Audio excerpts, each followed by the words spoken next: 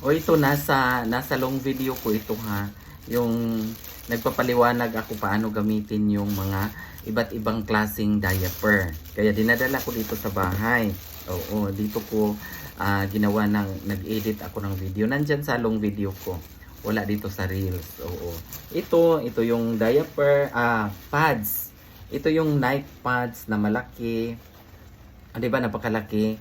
Ang content nito nasa mahigit 1 litro ng ihi ang pwedeng ah, mapasok dito hanggang umaga. Oo. Nagdidepende pa rin sa alaga mo kung malakas umihi, malakas uminom, siyempre malakas iihi 'yon. Oo, ito yung malaki. At ito namang pads na to para to sa mga gumagalaw, yung may mga tape dito. Ito yung ilalagay doon sa rehabilitate pants, yung parang panty na diaper. Tapos ito yung ilalagay para hindi siya ma-fold pag tumayo sila. Oo, kaya ito yung maliit na pads. Siguro nasa mga 300 ml to 500 ml ang ano nito, ang content. Oo.